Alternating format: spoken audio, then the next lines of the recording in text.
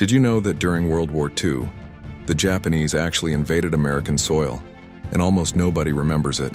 It wasn't Hawaii or California. It was the Aleutian Islands, a frozen chain of rocks stretching off Alaska into the Bering Sea.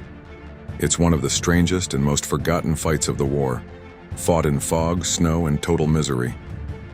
In June 1942, just days after the Battle of Midway, Japan launched an attack on the Aleutians. Their goal was to distract the U.S. Navy, draw forces north, and maybe set up bases to threaten Alaska or even the West Coast. They bombed Dutch Harbor and landed troops on Attu and Kiska, two small, desolate islands barely worth a postcard. But strategically, it worked, for a while. For the first time since 1812, a foreign army occupied American territory. The conditions were brutal. The Aleutians were where weather goes to die. Freezing rain, hurricane winds, fog thickened as battleship. Planes crashed into mountains. Men froze in their tents. And both sides learned that Mother Nature was more dangerous than enemy fire. For nearly a year, U.S. forces built up strength to take the islands back. In May 1943, they launched an amphibious assault on Attu.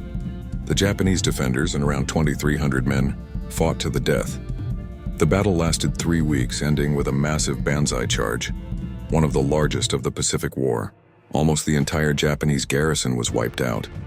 American losses topped 300 to 800, many from frostbite and exposure. Then came Kiska, the second island. U.S. and Canadian troops stormed ashore through fog so thick they could barely see their own rifles. They fought for 2 days, against nobody. The Japanese had secretly evacuated the island weeks earlier, under the cover of fog. The Allies didn't know, and still took over 300 casualties from friendly fire and accidents. The campaign ended in August 1943.